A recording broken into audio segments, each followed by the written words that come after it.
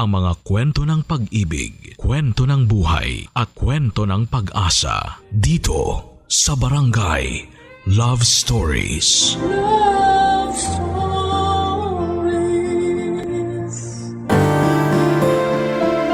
Importanteng katangian ang pagkakaroon ng konsiderasyon ng isang tao, lalo na sa mga sitwasyong hindi natin kontrolado. Malaking bagay yon dahil ramdam nating suportado tayo ng mga mahal natin sa buhay. Ikaw, kabarangay, meron ka bang konsiderasyon? Dear Papa Dudut, magandang araw po sa inyo at sa mga kabarangay nating panatiko ng Barangay Love Stories. Itago niyo na lamang po ako sa pangalang Noriela. 30 years old, taga Bulacan at nagtatrabaho bilang VA o Virtual Assistant. Nadiskubre ko ang programa ninyo nang minsan kong napanood sa social media ang isa sa mga trending video ni Papa Dudut. Simula noon ay na-curious na akong pakinggan ang programa ninyo at masasabi ko na nagustuhan ko talaga ito. At simula noon ay wala na akong pinalampas na episode maparadyo man o sa online. Pero katulad ng mga letter sender ninyo sa Barangay Love Stories ay sumulat din ako sa inyong istasyon upang ihingi ang payo sa sitwasyon na pinagdaraanan namin ng boyfriend at kinakasama kong si Gio. Kaunting background muna sa amin ha. Nagkakilala kami taong 2022 at nag-live-in pagkalipas ng 5 buwan naming magkarelasyon. Sa loob ng mga panahong yon hanggang nitong January 2025 ay masasabi kong masaya naman kami at kontento.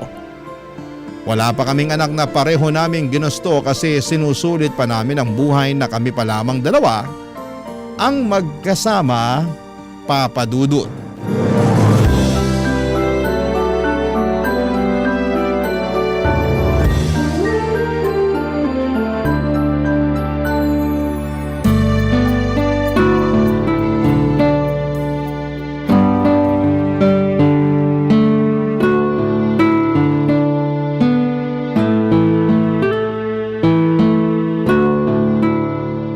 Magkano nga ulit yung kuryente natin?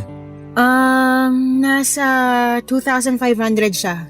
2,500 divided by 2 equals 1,250, tama?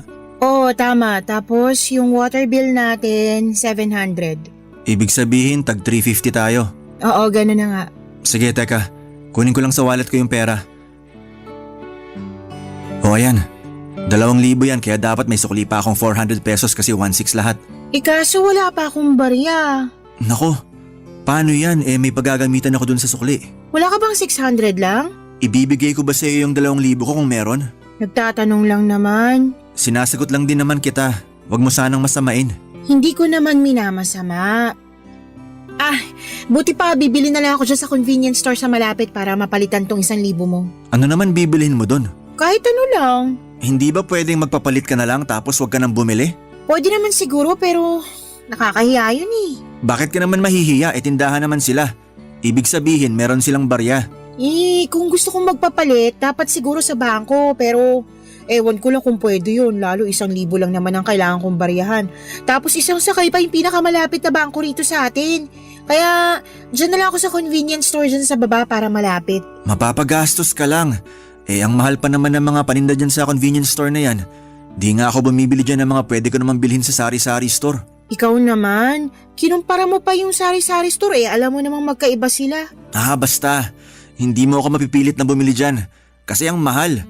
Pareho lang naman ang tinda nila sa mga sari-sari store. Para sa akin, puro pasosyal lang mga bumibili dyan. Meron din kaya silang paninda na di mo mabibili sa mga sari-sari store. Katulad na lang yung mga inumin, tsaka pagkain na sarili nilang produkto. Alin? Yung mga fried chicken at burger nila? Mabibili mo na yun sa mga fast food chain sa mas mura at sulit na halaga. Oo nga, alam ko naman yun. Pero bakit mo ba kasi kinukumpara yung convenience store sa ibang tindahan? Ang gusto ko lang naman mapalitan tong 1,000 mong buo para masuklian na kita. Wala lang. Naisip ko lang kasi di practical yung gusto mong mangyari. Bibili ka ng kung ano-ano tapos magbabayad ka ng mahal. Hindi naman ako bibili ng sobrang mahal at sobrang dami. Yung sapat lang para mabariyahan ako. Basta. Hindi mo mababago ang isip ko tungkol sa pagbili dyan sa ganyang klase ng tindahan. Masyadong magastos. Bahala ka nga dyan.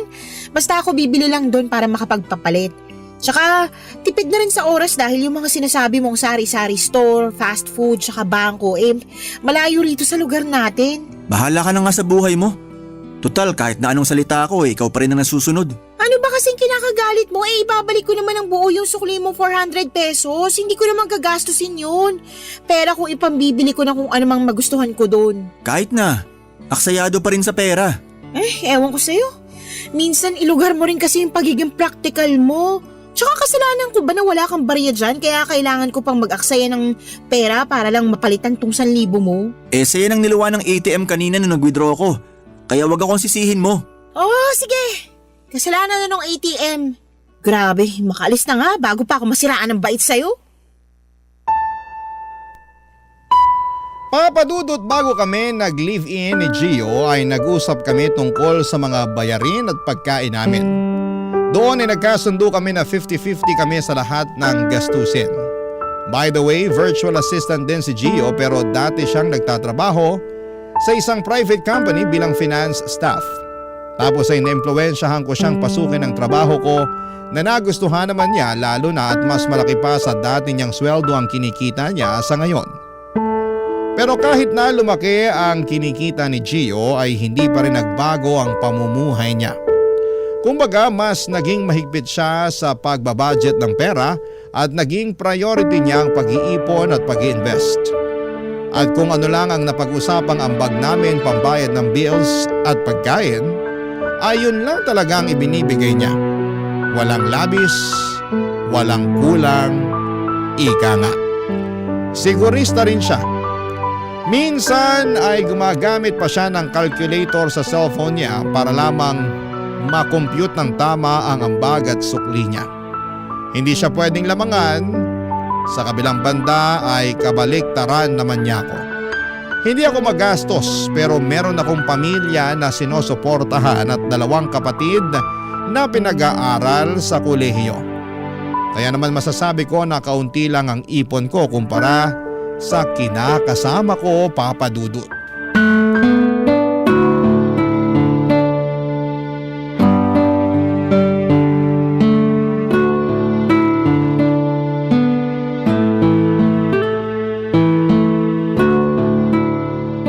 So ayun nga, binili sa akin ng Jowa Bells ko tong bracelet na to. Silver to ha, tunay kaya hindi makati sa balat. Ah, wow, ang ganda naman. Maganda talaga yan, saka may earrings din siyang binili sa akin. Set yan, may necklace rin kaso hindi ko na muna sinuot. Ha? Bakit? Sayang naman. Sa sunod ko na yun susuot, medyo nagmamadali na kasi ako kanina dahil late na ako sa usapan natin.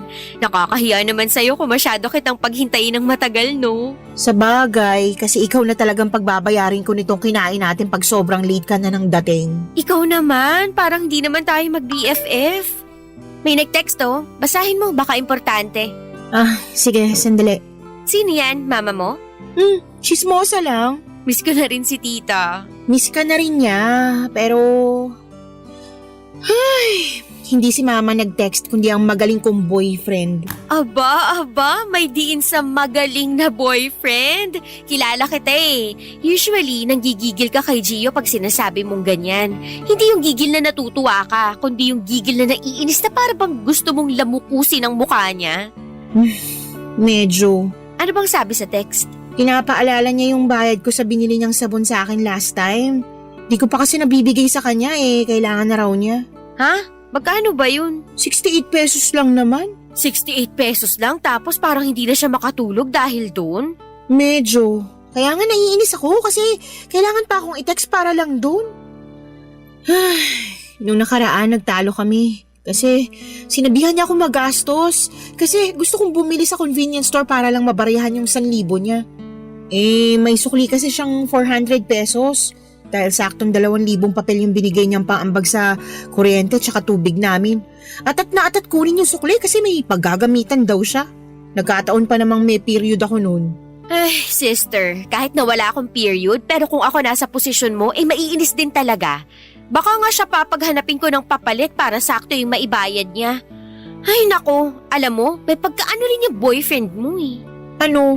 Basta, Hindi ko mapangalanan, pero pansin ko talaga na sobrang kuripot niya. Like, OMG, kagaya niyang 68 pesos na sabon. Akala mo hindi ka niya girlfriend kung umasta eh. Pwede namang hindi niya na yung singilin sa'yo. Ayoko rin namang nagpapabili sa kanya kaya nag-i-insist pa rin ako na bayaran. Oo nga, pero isa ka ring ano eh. Ano na naman? Gaga. Bakit naman ako naging gaga? Gaga ka naman talaga kasi. May ganyan kang attitude na ayaw mong nagpapabili. Oo, alam kong kumikita ka ng sarili mong pera, pero mag-boyfriend-girlfriend naman kayo para palagi maghati sa lahat ng bayarin at bibilhin. Hindi ba pwede na yung isa nakakalamang kahit kaunti? Pwede naman kasi ako ganun sa kanya. Ayaw kasi niya na ginagastos ang sarili niya, kaya ako na lang gumagastos para sa kanya. Tapos pagdating sa'yo, grabe makakwenta. Human calculator lang ang peg. Hindi naman siguro sa ganun. Ganun yun, in denial ka lang. Tingnan mo nga jowa ko, panay bili sa akin ng kung ano-ano, tapos hindi pa ako kinukwentahan. Di katulad ng jowa mong masyado. Ay, buti pa wag na natin pag-usapan si Gio kasi baka masira lang mood ko. Buti pa nga baka di mapakalian sa utang mong 68 pesos sa kanya. Ay, pabayaan mo siya. Babayaran ko na lang pag-uwi, lalo wala namang laman yung e-wallet ko. Di naman siguro niya yung ikakamatay. Malay mo. Hoy! Eme lang, ikaw naman.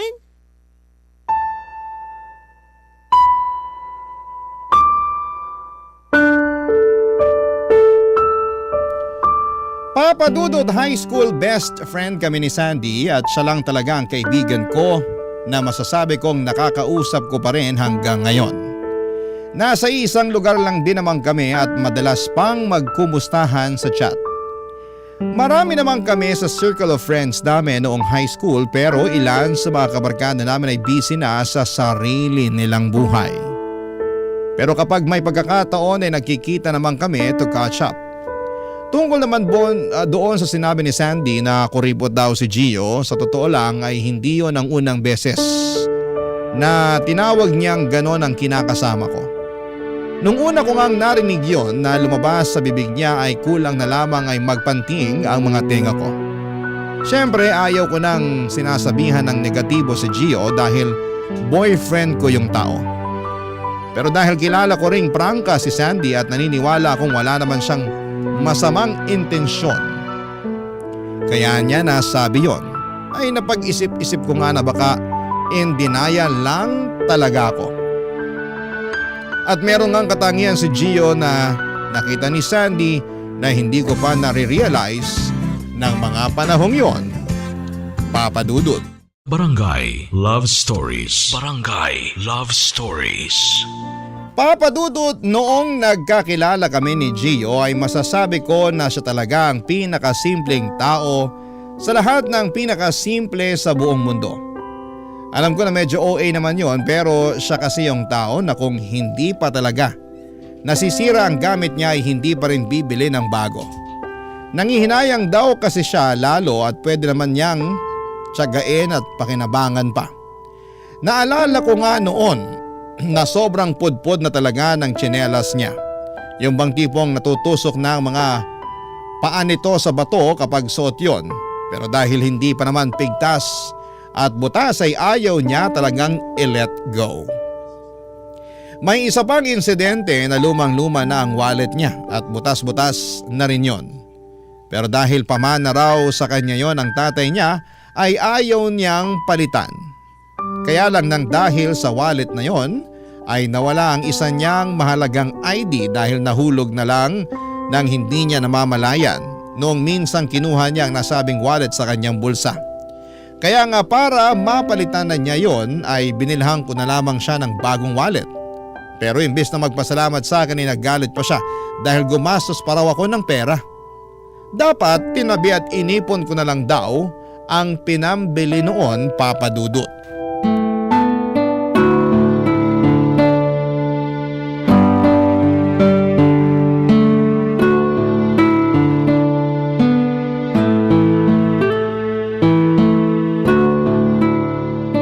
Ang sweet ng boyfriend ni Sandy, no? Biruin mo, hindi lang bracelet ang binili sa kanya. May earrings pa tsaka necklace. Grabe, nakakatuwa naman. Anong nakakatuwa doon? Gastos lang yun. Anong gastos lang yung pinagsasabi mo dyan? Luho lang kasi yun. Nakwento mo mahilig siya sa ganun kahit na wala pa siyang boyfriend. Kaya para sa akin, nag-aksaya lang ng pera yung boyfriend niya nung bumili siya ng mga ganong bagay. Sobra naman yung gastos para naman kay Sandy yun. Baka nakakalimutan mong boyfriend niya yung tao. Tsaka kahit na maraming alahas si Sandy, alam ko na appreciate niya ng gusto yung regalo ng boyfriend niya. Kung inipon at ininvest na lang sana ng boyfriend niya yung pera na pinamili dun sa alahas, at least darating ang panahon na pwede pa yun lumaki. Gets ko naman yung point mo at gustong mangyari, pero ako ba nagigets mo? Sa tingin ko kasi hindi Lahat na lang para sa'yo gastos. No wonder hindi mo ako mabilhan ng kahit man lang bulaklak na plastic tuwing may okasyon kasi para sa'yo gastos lang yun. Bakit naman napunta sa atin ang usapan? Wala lang, naisip ko lang. Ayusin mo nga yung pag-iisip mo. Kung ano-ano na lang pumapasok sa utak mo na walang kakwenta-kwentang bagay. Sinisi mo pa ako na di kita mabilhan ng bulaklak. Akala ko ba hindi ka mahilig dun kasi nabubulok lang din naman. Sabi mo pa nga hindi yun practical. Oo nga, pero nagbago ng isip ko. Gusto ko na ng bulaklak. Sa lagay, bawal na magbago ang isip. Hindi naman sa bawal, pero sana maisip mo na luho lang yun. Buti sana kung makakain mo yung mga bulaklak na yun pag nalanta. Hindi naman, di ba? Hindi kaya luho yun. Tsaka, ako naman pagbibigyan mo na girlfriend mo, no? Yung ibang tao bumibili ng bulaklak para ialay sa mga namayapa nilang mahal sa buhay. Pero ako, buhay na buhay pero hindi mo malang mabilan at mabigyan ng bulaklak. Kung gusto mo ng bulaklak, bakit di ikaw ang bumili para sa sarili mo? Siyempre, iba pa rin kapag sa'yo galing. Hindi nga practical yun. Buti pa pagkain na lang bibilin ko para sa'yo. At least nabusog ka pa dun. Ayoko ng pagkain, gusto ko bulaklak. Ay nako, kasalanan talaga yan ng kaibigan mong si Sandy Oh, bakit naman? Paano niya naging kasalanan? Kasi kasasama mo sa kanya at kakarinig ng mga kwento tungkol sa boyfriend niya maaksaya sa pera, naiisip mo na tama na dapat gastusan ng lalaki ang isang babae para sa mga luho at di praktikal na bagay. Kagaya niya na di ka naman mahilig sa bulaklak, tapos biglang gusto mo na magpabili ng bulaklak. Ewan ko sa'yo, gastos mo. Hindi naman ako nagpapabili sa'yo araw-araw Tsaka kahit di yung mamahaling bulaklak ang bilin mo, ayos na sa akin. Ganun kayo mga babae, di ba? Mahilig kayong magkumpara ng nararamdaman sa inyo ng isang tao nang nakabase sa halaga ng mga bagay na binibigay nila. Aminin mo na, ganun ka rin Grabe ka naman magsalita. Oh, bakit nagagalit ka? Paano hindi ako magagalit? Nakakabwisit ka na. Kung ano-anong sinasabi mo dyan na hindi naman totoo. Hinuhusgahan mo na ako agad, wala ka pa nga binibigay sa akin. Puro ka nalang gastos, puro ka nalang luho na akala mo ikakalugi mo kapag binilan mo ako ng kapirasong bulaklak. Tsaka, hindi lang naman bulaklak yun Maraming bagay pa na akala mo lalamangan kita pag hindi ko na ibalik sa'yo yung saktong sukli mo o bayad ko. Kainis ka. Tapos lakas pa ng loob mo ikumpara ang sarili mo sa boyfriend ni Sandy. Kung tutuusin, mas maayos pa nga yun kasi hindi niya kinukuriputan yung girlfriend niya. Papadudot nasaktan ng loob ko sa mga sinabi ni Gio sa kaibigan ko at kung paano siya tratuhin ng boyfriend niya. Para sa akin ay hindi niya naintindihan ang punto ko ng mga panahong yon. At pinagpipilitan pa rin niya na masyado lang silang maluho. Pero bago ang lahat ay gusto ko lang pong linawin sa mga kabarangay na hindi ko sinasabing masama ang mag-ipon ng pera at maging praktikal sa paggastos sa mga bagay-bagay. Siyempre sa ekonomiya nating ito ay mahalaga talaga na may savings tayo para meron din tayong madudukot sa panahon ng pangangailangan. Kaso, nang dahil sa pag-uusap namin yon ni Gio, ay narealize ko na tama nga si Sandy. Hindi lang basta matipid si Gio kundi kuripot talaga siya. Makwenta rin siyang tao at hindi pumapayag na lumalamang kahit sentimo ang inaambag niya sa mga bayarin namin. Tapos ay never pa niya akong binilhan ng regalo tuwing may okasyon. Basta binabati niya lamang ako at kontento na ako doon. Ang mali ko lang rito akala ko ay hindi na ako maghahangad na tratuhin niya ng mas maayos. Pero matapos kong makita na yung ibang babae nga ay nagagawang i-spoil na mga partner nila pagdating sa mga material na bagay, ay doon ako napatanong sa sarili ko kung deserve ko ba ang turing sa akin ng kinakasama ko. Buti na lamang at nandyan si Sandy na handang makinig sa mga hinaing ko sa buhay, Papa Dudut.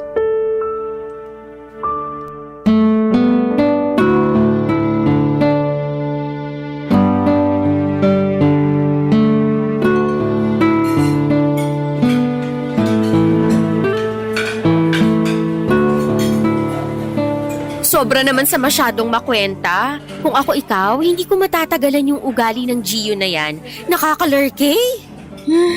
Kahit naman ganun si Gio mahal ko pa rin naman siya. Mahal mo nga. Pero ikaw ba, mahal ka niya? Ano ibig mo sabihin?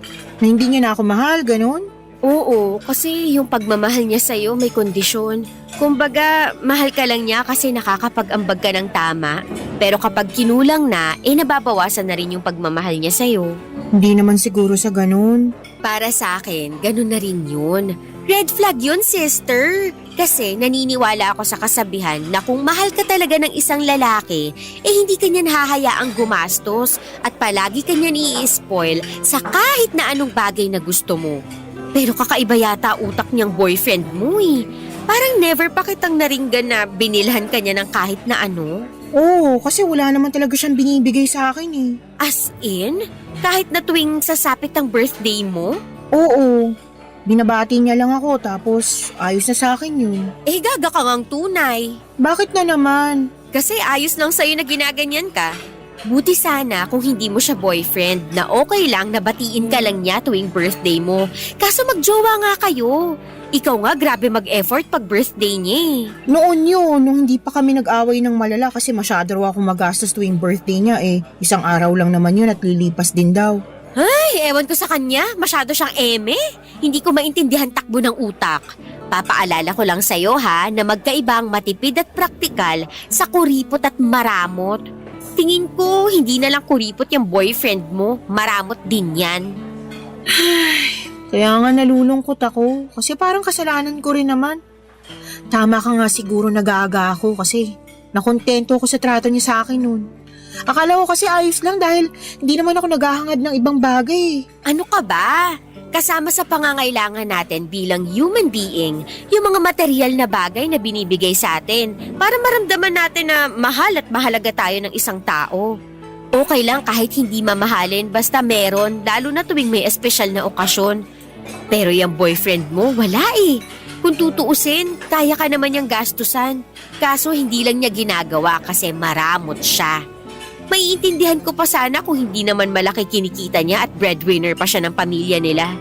Pero yun ngang may maliit na sweldo saka breadwinner nakakapagbigay pa ng regalo sa mga jowa nila. Puro na lang siya ipon, puro siya invest. Jowain na lang kaya niya yun kesa sa'yo, no? Ewan ko ba pero wala naman ako nakikitang masama sa pag-iipon at pag-iinvest pero parang tama ka na sana yun na lang ginawa niya kaysa sa akin. Lagi naman akong tama. Ay, wow. Charot lang, pero laging may point mga sinasabi ko. Alam ko naman yun, kaya nga thankful ako kasi nandyan ka para makinig sa akin at payuhan ako. Pero hindi ko pa rin talaga mapigilang malungkot sa ugali ni Gio. Hindi mo na mababagong ugali niya kung siya mismo ayaw magbago. Kaya, imbis na maging malungkot ka dyan, bakit hindi ka na lang sumama sa team building ng department namin? Kulang pa kami ng isa, kaya join ka na. Team building nyo nga, diba? Bakit mo ko pasasamahin? Eme-eme lang naman yun. Saka sila nga may kasamang jowa hindi naman namin ka-department. Hindi mo ba isasamang jowa mo? Hindi, kasi ikaw ang gusto kong kasama. Para naman kahit paano makapag-relax ka. Kawawa ka naman, parang pasan mong mundo. Wow, salamat sa awa mo Papa Dudut, sa loob ng ilang taon naming magkasintahan ni Gio ay mabibilang sa mga daliri ko sa kamay kung ilang beses pa lamang kaming nag-out of town. Parang isa o dalawa pa lamang yata kasi para sa kanya ay gastos lamang daw yon. By the way, sa mga out of town naming yon ay ako ang gumagastos para sa aming dalawa. Mapilit ko lamang siya na lumabas kami. Nangihinayang kasi ako sa pagkakataon na makapag-relax naman kami lalo at puro trabaho na lamang ang inaatupag namin. Sawang-sawa na rin kasi ako doon sa nirerentahan naming apartment dahil work from home na nga kami tapos minsan lang makalabas ng bahay. Kaya pagkatapos ng pag-uusap namin yon ni Sandy ay nag-decide akong sumama sa team building nila Gusto ko rin naman na makalanghap ng sariwang hangin dahil pakiramdam ko ay masisiraan na ako ng ulo, Papa Dudut. Pero bago dumating ang araw na yon ay nagpaalam ako kay Gio at nagulat ako nang pagalitan niya ako kasi napakagastos ko raw. Sa totoo lang ay hindi ko inaasahan na sasabihin niya yon sa akin at dahil nasaktan ako ng husto ay mas lalo akong naging desidido na sumama kina Sandy lalo na at nagtatampo at masama ang loob ko sa boyfriend ko. Barangay Love Stories. Barangay Love Stories. Papa Dudut, masama pa rin ang loob ko kay Gio hanggang sa makauwi na ako mula sa sinamahan kong team building. Pero aminin kong narelax ako ng husto lalo at beach trip yon. Kaya lang ay bumalik ulit yung pagkainis ko kay Gio lalo na at lumipas na lamang ang 2 araw ay hindi pa rin niya ako kinikibo. Gusto niya yatang patunayan sa akin na walang mali sa mga sinabi niya noong pinagalitan niya ako bago matuloy ang alis namin ng kaibigan ko. Ewan.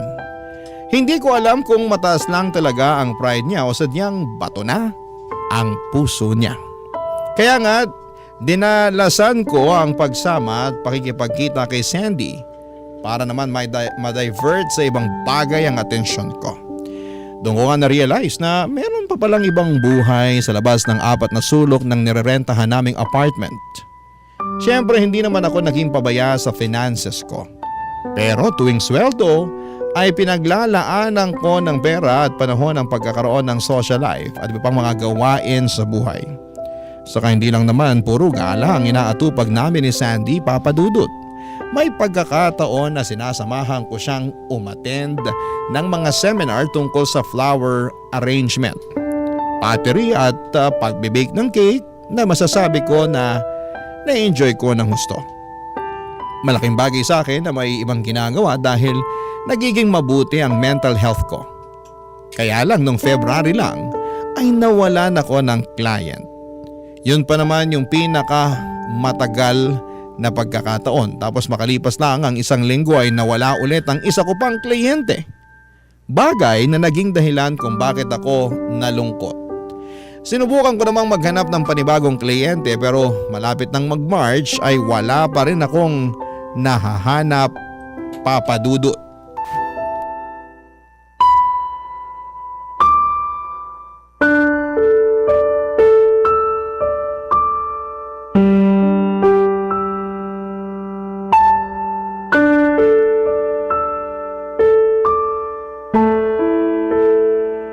Nakakainis naman. Hanggang ngayon wala pa rin ako nakukuhang kliyente. Paano na to? Tiyagain mo lang, makakakuha ka rin. Sinatsaga ko naman pero nakaka-frustrate pa rin eh. Tapos nagsabay-sabay pa yung mga gastusin. Maiba tayo. Ano yun? Speaking of mga gastusin, sa darating na mga bill natin sa March may mayaambag ka ba? Ha? Ang sabi ko, kung may mayaambag ka. Kasi alam mo naman na hati tayo sa mga bayarin natin sa bill, di ba? Pati na rin sa grocery na malapit na ring maubos. Oo nga, kaya lang baka hindi mo na ako makapagbigay. Bakit naman? Kasi said na ako. Wala pa akong trabaho ngayon tapos alam mo namang gumastos din ako ng malaki dun sa operasyon ng tatay ko. Kaya nga nasabi ko na nagsabay-sabay pa yung mga gastusin ko sa pagkawalan ko ng trabaho. Paano yan? Alangan ako lang sumagot ng parte mo sa ambagan natin. E di parang ang unfair naman nun sa akin. Anong unfair? Girlfriend mo naman ako. Magiging unfair lang yun kung magka-roommate lang tayo. O ngayon ginagamit mo pa yung relasyon natin. Hindi ko ginagamit ang relasyon natin pero wala ka na ba talagang konsiderasyon? Kasi kung meron mauuna mong maisip na tulungan muna ako, na alalayan muna ako lalo na ngayong gipit pa ako sa pera. Kaya ka lang naman gipit sa pera kasi masyado kang magastos. Anong sinabi mo? Ang sabi ko masyado kang magastos kaya ka gipit. Sabihin mong hindi, bago ka mawalan ng mga kliyente, panaisama ka dun sa kaibigan mong isa ring magastos. Puro kayo gala, puro kayo kain sa labas, puro kayo gastos. O ngayon, anong nangyari? Nganga ka na lang dyan kasi wala ka na mahuhugot sa oras ng pangangailangan. Tapos isasangkalan mo pa ako para sagutin ang mga bayarin at pagkain natin kasi said ka na dyan. Teka lang. Pwede bang pumreno ka muna kasi nakakasakit ka na eh. Sobra naman yata yung mga pinagsasabi mo kasi una sa lahat, alam ko bang mawawalan ako ng kliyente? Pangalawa, para sabihin ko sa'yo, may ipon ako. Pero nasaid lang naman dahil naoperahan ng tatay ko. Malaki rin kaya ginastos ko dun, baka akala mo katiting lang ha? Pangatlo, grabe ka naman sa pagsasabi na masyado kaming magastos si Sandy. Buti pa nga yung kaibigan kong yun, nililibre ko pag lumalabas kami. Pero ikaw na naturingan pa man ding boyfriend ko, hindi ako ginagastusan. Totoo ngang sinabi ni Sandy na hindi ka lang kuripot, maramot ka pa't mapanumbat. Para sabihin ko sa'yo, Ano? Sasabihin mo na naman na practical ka, na matipid ka lang talaga, na ayaw mo gumastos sa ibang bagay na hindi naman mahalaga? Kung yan lang ang sasabihin mo, pwede mong manahimik ka na lang kasi paulit-ulit ka na eh. Gets ko naman pinupunto mo, pero sana ilugar mo yung pagiging matipid at practical mo. Akala mo ba madali sa akin na mawalan ng trabaho tapos maririnig ko pa sa'yo na unfair ako kung hindi ako makakapagbigay ng ambag ko para lang sa mga bayarin at pagkain natin? Sobra ka na, Gio! Sobra ka na sa pagiging maramot mo! ako pa talaga maramot at walang konsiderasyon dito? Totoo naman eh! Ngayon nakikita ko ng tunay mong kulay. Huwag kang mag-alala kasi mangungutang muna ako kay Sandy para hindi naman unfair sa'yo. Hiyang-hiya naman ako sa'yo.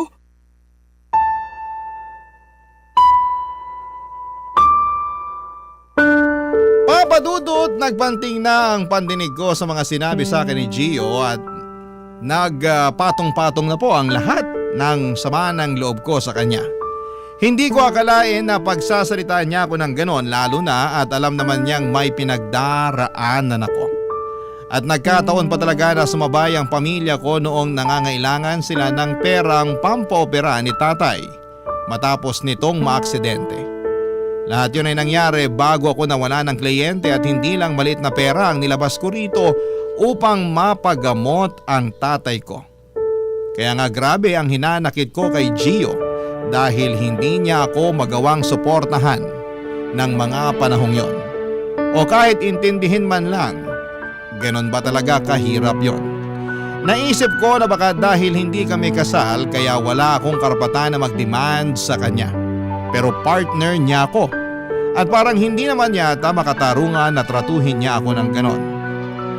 Kaya nga hindi ko na rin po nakontrol ang emosyon ko at nakapagsalita na ako ng hindi maganda sa kanya bilang ganti sa mga masasakit na sinabi niya sa akin. Lahat ng yon ay kinuwento ko sa BFF kong si Sandy noong magkita kami, Papa Dudut.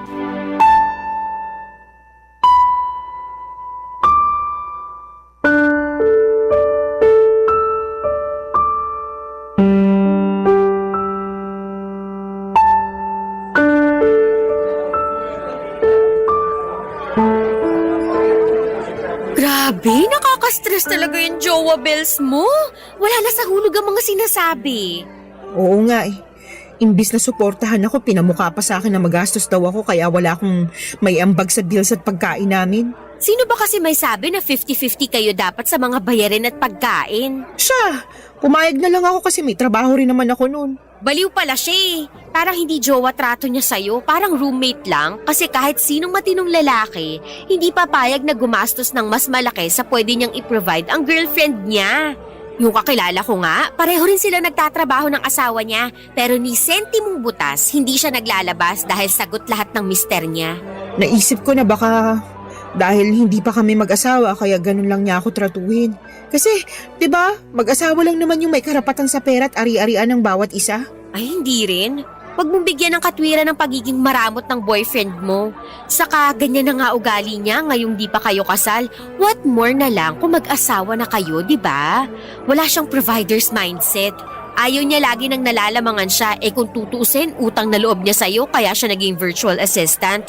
Tinulungan mo siya, di ba? Oo, tsaka ako rin nagturo sa kanya ng mga basic na pwede niyang malaman at magamit sa trabaho namin. Yun naman pala eh. Kahit yun man lang, tanawin niyang malaking utang na loob. Kasi kung hindi dahil sa'yo, malamang pinagtsatsagaan pa rin niya yung sweldo niya sa dati niyang pinapasukan. Ayoko naman nung ganun. Anong ganun? Yung isipin niya na may utang na loob siya sa akin kasi tinulungan ko siyang maging VA. Tsaka yun lang naman ang ginawa ko eh. The rest, siya nang nagtrabaho para makakuha siya ng kliyente at maging magaling sa ginagawa niya. Kahit na, hindi pa rin tama ang trato niya sa'yo. Kaya nga ang mahiwagang tanong, bakit ka ba kasi nagsistay sa taong kuripot at maramot, sister? Kasi kung ako ang tatanungin mo, dapat matagal ka nang nakipaghiwalay sa kanya. Wala kang future sa ganyang klase ng tao, sa true lang. Paano ko gagawin yun? Mahal ko nga siya. Mas mahalin mo ang sarili mo dahil hindi ka mabubuhay sa pagmamahal mo na yan para sa kanya. Ngayon pa nga lang na may pinagdaraanan ka, hindi ka man lang niya masuportahan o makonsidera. Wala na talaga. Ang baba ng emotional intelligence, nakakaloka. Sa totoo lang, hindi ko na alam ang gagawin. Okay naman kasi si Gio hindi nang bubugbog. Hindi lang naman sa pambubugbog ang pang-aabuso. Kaya nga meron ding tinatawag na emotional abuse, verbal abuse at mental abuse. Hindi ka nga pinipisikal ni Gio, pero bugbog sarado naman mental health mo sa kanya, kaya wala rin. Kung ako sa'yo, hiwalayan mo na siya. Kaya mo naman sarili mo Saka nandito ako para back-upan ka. Ano pa't magkaibigan tayo para hindi kita tulungan, di ba? Salamat, Sandy. Malaking bagay na nandyan ka kasi kung wala siguro akong napagsasabihan ng mga problema ko, baka nasiraan na ako ng ulo. May boyfriend nga ako pero para namang tuod. Kaya nga sarap sampalin ng kaliwat kanan para lang makasigurado akong hindi pa siya manhid. Grabe, ang bayolente mo naman. Sa true lang, pero gagawin ko talaga yun. Tandaan mo na hindi mo deserve na tratuhin ng ganyan ng taong mahal mo kasi para na rin yung sinabi ng harap-harapan sa'yo na hindi kanya priority at wala ka talagang halaga sa kanya. Kaya sana, pag-isipan mo yung mga sinabi ko, lalo na ngayon na nakita mo na ang totoong kulay niya.